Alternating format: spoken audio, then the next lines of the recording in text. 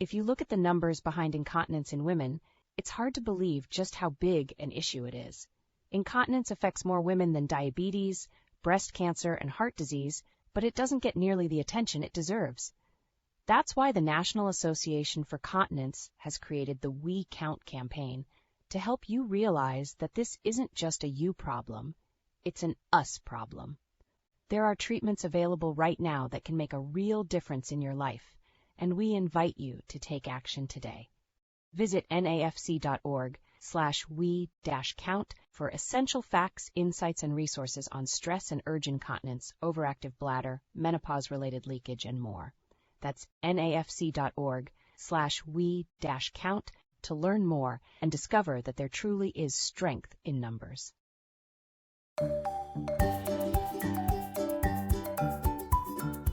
Welcome to Life Without Leaks, a podcast by the National Association for Continence.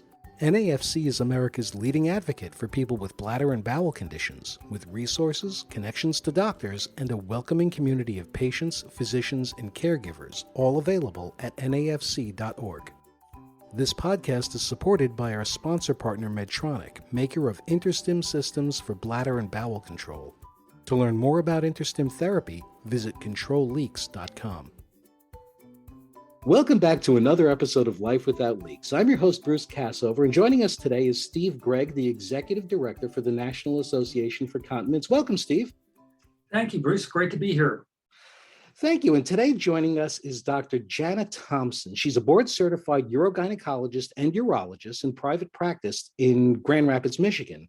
And she has a particular focus on pelvic organ prolapse, overactive bladder, fecal incontinence, and other bladder and bowel disorders. Welcome, Dr. Thompson. Thank you for joining us today. Thank you, Bruce and Steve. Glad to be here. Now tell us, how did you get into this field? Well, that's a question I get quite a bit, because when people think of urology, they don't necessarily think of women patients or female patients. And so it was somewhat of a circuitous route. I really started in urology because it became clear in medical school that I liked surgery, and I liked being able to see something that needed to be fixed and being able to fix it versus more long course conditions, which is funny because those are pretty much the types of conditions I treat now. But that's what got me into urology. But then once I was in urology, I noticed that there were many female patients. And this was not clear to me as just someone kind of entering into medicine in the medical field. And I wanted to really understand how I could treat them or care for them better, because it didn't seem that in sort of a general urology residency, there was much focus on that. And so that eventually led me to get a fellowship or to do a fellowship in urogynecology, because I really wanted to be able to treat my female patients better with more understanding, advanced knowledge, surgical skills, and that's really what I obtained in that fellowship. So yeah, kind of a unique route to get there as a urologist, but also a unique perspective. So what really is the difference between a urologist and a urogynecologist? Well, a urologist is quite a broad field. There's anything from, oncology like prostate cancer, testicular cancer, bladder cancer, to conditions like erectile dysfunction and urinary issues. But it really spans into pelvic health issues that might affect women, such as urethral diverticulum or urethral cysts, or incontinence, stress incontinence, urge incontinence. So it's really quite a broad field.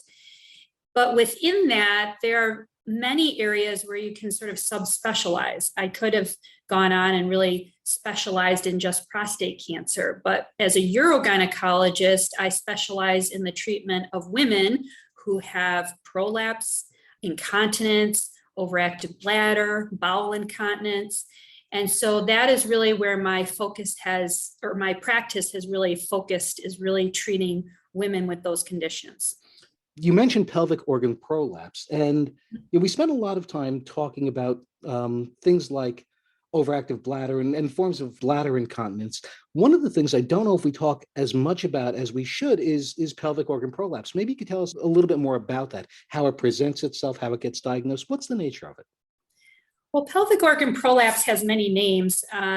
Patients may have heard things like cystocele, rectocele, uterine prolapse, but essentially it's a condition that affects over 3 million women in the United States.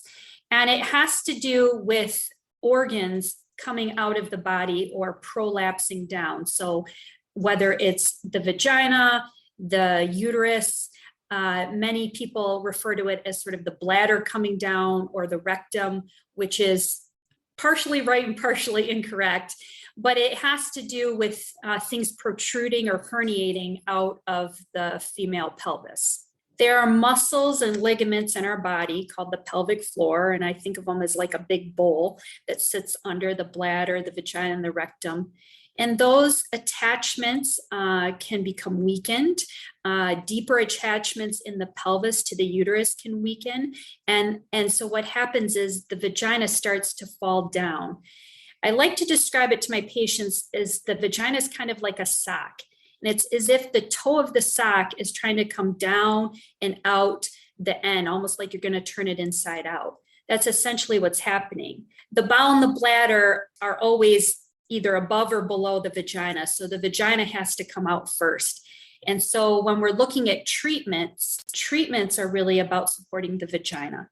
There's usually no suturing or tacking up of the bladder or the bowel. It's really trying to get that vaginal wall back where it is. And then the bladder and the bowel sit where they should be.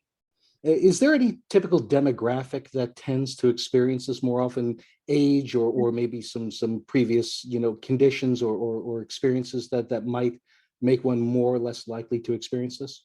Yes, age is definitely a factor. Most women that come in to see me with this are 50 or above, but I do have women, particularly post-pregnancy, there'll be a smaller number of women that'll experience this. Usually it's transient, but sometimes it does persist or stay chronic and they seek treatment. But usually age, definitely after menopause, that seems to be a risk factor for it. Pelvic surgeries or even pelvic tumors can play a role. Obviously pregnancy and childbirth. So even if a woman has a C-section, it doesn't necessarily protect her from the condition of prolapse. It could just be the pregnancy itself. Things I think that are really important though, that women might notice in their day-to-day life would be chronic constipation, chronic coughing, or even heavy repetitive lifting. I see women that are mail carriers or work on a factory line and they're having to lift heavy boxes or move heavy things. And that can be the thing that starts the symptoms occurring. Many times, actually, they will come in and say, they can tell me an instant or an actual event that happened. And after that, they felt the prolapse.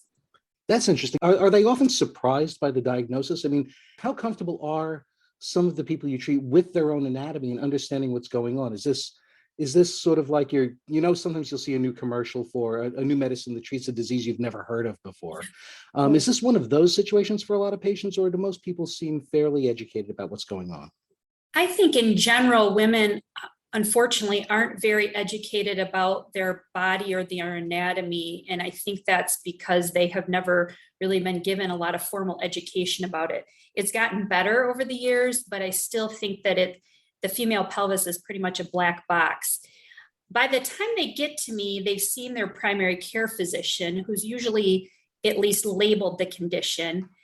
Prior to that, I don't know how familiar they are with it.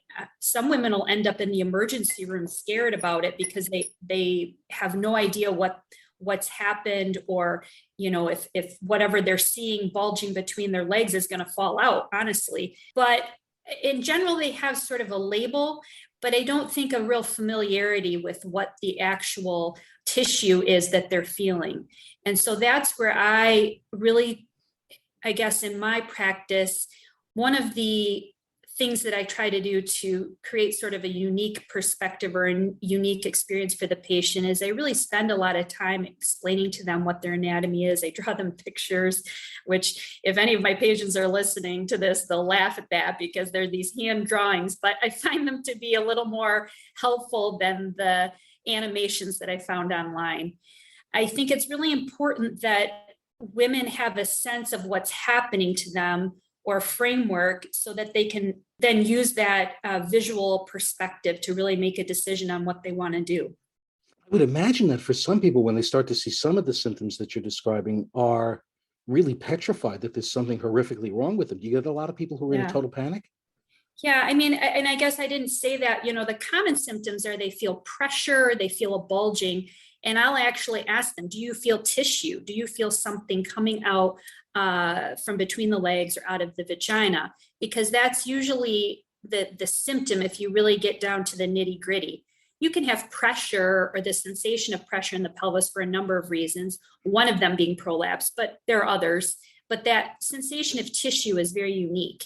So is the sensation of needing to help assist emptying the bladder or the bowel by putting their hand down near the vagina or the rectum, because they have to sort of reduce that bulge in order to be able to evacuate the bladder or the bowel. And so sometimes when I ask them that, they are horrified by the idea that, somebody would do that, or even maybe not horrified, but they're just, it never occurred to them that they could do that. But they will notice when they urinate or try to have a bowel movement that it becomes more uncomfortable to do so. And so when we're talking about it, I just try to be as descriptive as possible so that I make sure I get a clear picture of what's happening. One of the biggest challenges when it comes to incontinence is how isolating the condition can be. It can limit your interactions with friends and family. It can keep you at home when you'd rather be out. It can keep you from doing the things you love. But one of the best ways to get beyond that is to participate in a community that understands what you're going through, that can help you overcome things that are getting you down, and where you can share your own advice and successes. The NAFC message boards are just the place to do that. There are dozens and dozens of topics with active discussions going on right now, and if you don't see what you're looking for, you could ask your own questions. Sign up today at nafc.org. Click the resources button at the top of the page and select message boards. In no time at all, you'll be part of a community that's dedicated to delivering meaningful and sometimes life-changing advice. So that's nafc.org. Once you're there, just click the resources button at the top and then choose message boards. Dr. Thompson, one of the things that we are currently exploring is underserved populations and try to get them the care that they need, but many of them don't know where to go. Are you seeing sufficient numbers of those underserved populations? We're seeing this in the African American population for sure, maybe to some degree Latinx. Is this condition as prevalent within those populations, and are they getting the care that they deserve? And if not, what can we do about that? Those are great questions, Steve, because they're questions I've asked myself. I do see a diverse population, but not one that represents what we know to be the prevalence. So in Grand Rapids, Michigan, we have a fairly large Hispanic population. And so I do see Spanish-speaking patients, which obviously presents another challenge because I don't speak Spanish. And so when you're talking about complex anatomy and complex treatment choices, you're relying on interpreters. And, if I sense an uncomfortableness using an interpreter, I imagine the patient does, because I often don't know whether everything that I'm trying to communicate is getting across because of just differences in words between language or how things are expressed. But with the African American population, I really do not see very many women in this population, and it concerns me. I've reached out actually to some patients of my own to say, how could I try to attract more patients like yourself? How do I get the word out? I've put posters actually in some hair salons locally because I don't know how to get that word out. And I know that women, African American women, have this issue. I don't know where they're going. It's possible that because OB-GYNs tend to see a lot of these patients, not just primary care, that they may be staying with the OB-GYN. They may be choosing more conservative options and not always needing surgical options or not wanting them. But it is a real issue. I think things like podcasts can be helpful, but really being able to find a way to get into the communities where these women are at, whether it's health fairs or places where you can have these open discussions. I think that would be very well accepted, but just trying to maneuver to those places or where the best location would be to get the word out, it's difficult. Yeah, it does represent a challenge. We're looking at a couple of options, and hopefully we can find a way to encourage those that are looking for help, not only find help, but to find the right help. So we know on the bladder related issues, so many folks go in to see their primary care that may or may not get diagnosed. We're trying to find ways that we can actually get them to you, where you have both more time, more understanding of what the treatment options are, and then can put together a really nice treatment plan with the patient's input. But that still represents a challenge. Well, one of the unique things about my practice that I started here in 2010 is that I'm the first female trained urologist, urogynecologist in West Michigan. And with that, I knew women were going to come to see me and I wanted them to feel comfortable. So I'm surrounded by an all-female staff. But with that, I have a navigator who is native speaking Spanish, because it's very important to me, if we're going to have a navigator who's calling patients on the phone, that we be able to try and access as many of our patients as we can, but also having African-American staff like physical therapists and surgery schedulers, because I do want to create an environment in which everyone feels welcome. And it's important to just have different perspectives around myself so that I can administer the best care possible. And that definitely includes the team of people that I have with me. What would you recommend if a woman starts to think that she has one of these problems? It could be SUI, OAB, or a little bit of pelvic organ prolapse. What should she do first? You mean which should she seek treatment on first? So what we find are most people don't really know what's occurring with their body. You've talked about that. So you start experiencing symptoms. That's oftentimes when people come to us like, what is this? And we help educate them along the way. We then try to push them into who to talk to and even how to talk to. But you certainly go out and you talk at health fairs. And so somebody will come up to you and say, well, I got this little problem and I don't know what it is. And I don't know whether it's a big problem. I don't know if it's a little problem. What do I do? And so what do you encourage them to do first?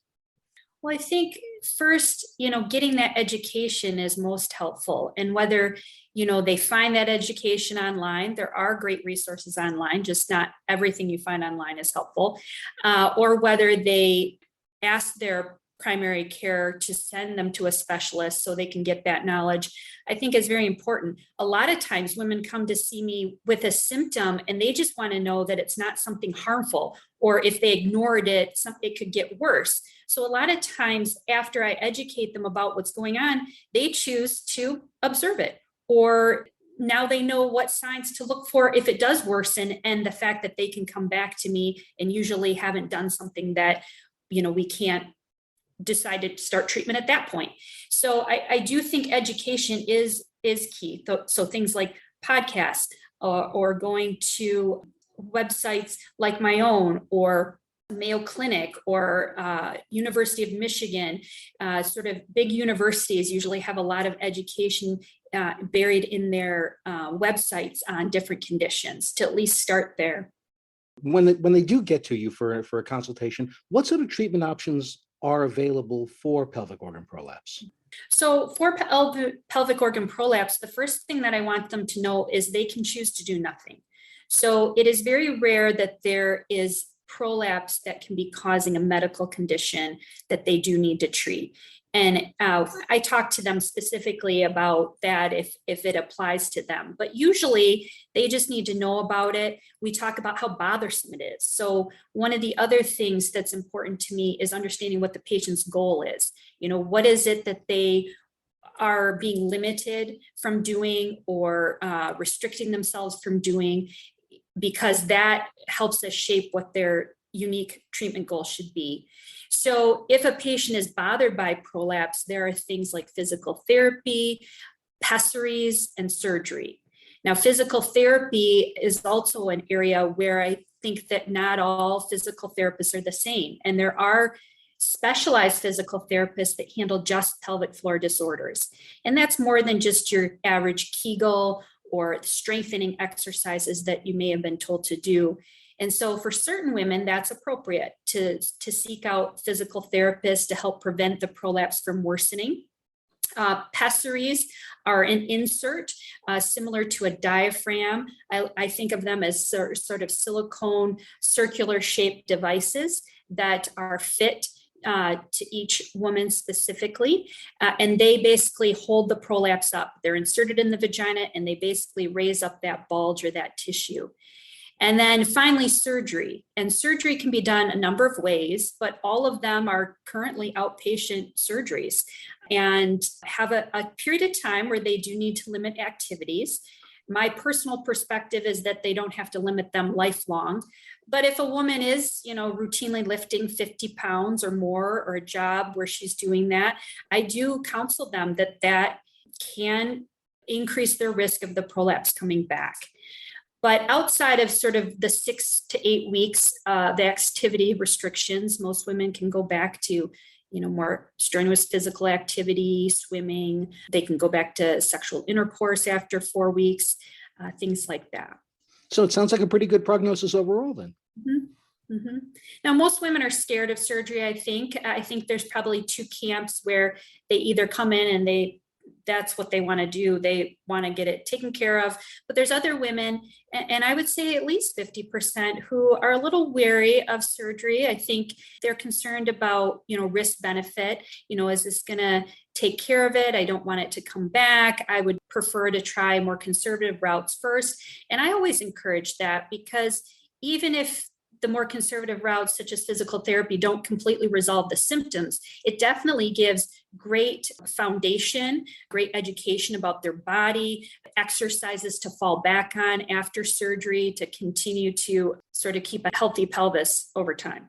Well, Dr. Thompson, thank you. This has really been enlightening, and I appreciate your insight and your perspective on pelvic organ prolapse. And we hope, and certainly anybody out there who's experiencing any of these symptoms actually goes and reaches out to a physician so they can find the help that they need. Thank you. Life Without Leaks has been brought to you by the National Association for Continence. This podcast was supported by our sponsor partner Medtronic, makers of the InterStim systems for bladder and bowel control. To learn more about the InterStim systems, visit controlleaks.com. Our music is Rainbows by Kevin MacLeod and can be found online at incompetech.com. Rather than spend your time searching for what's new when it comes to incontinence care and treatment, why not get the news delivered right to you? The National Association for Continence puts out On the Go, a regular newsletter with the latest on conditions, with expert opinions, patient stories, opportunities to participate in research, and more, all to help you live a life without leaks. Plus, when you sign up now, you'll receive a free ebook on managing incontinence at home. Just visit us at nafc.org and check out the email sign-up button at the top. It takes just a minute to stay in the know.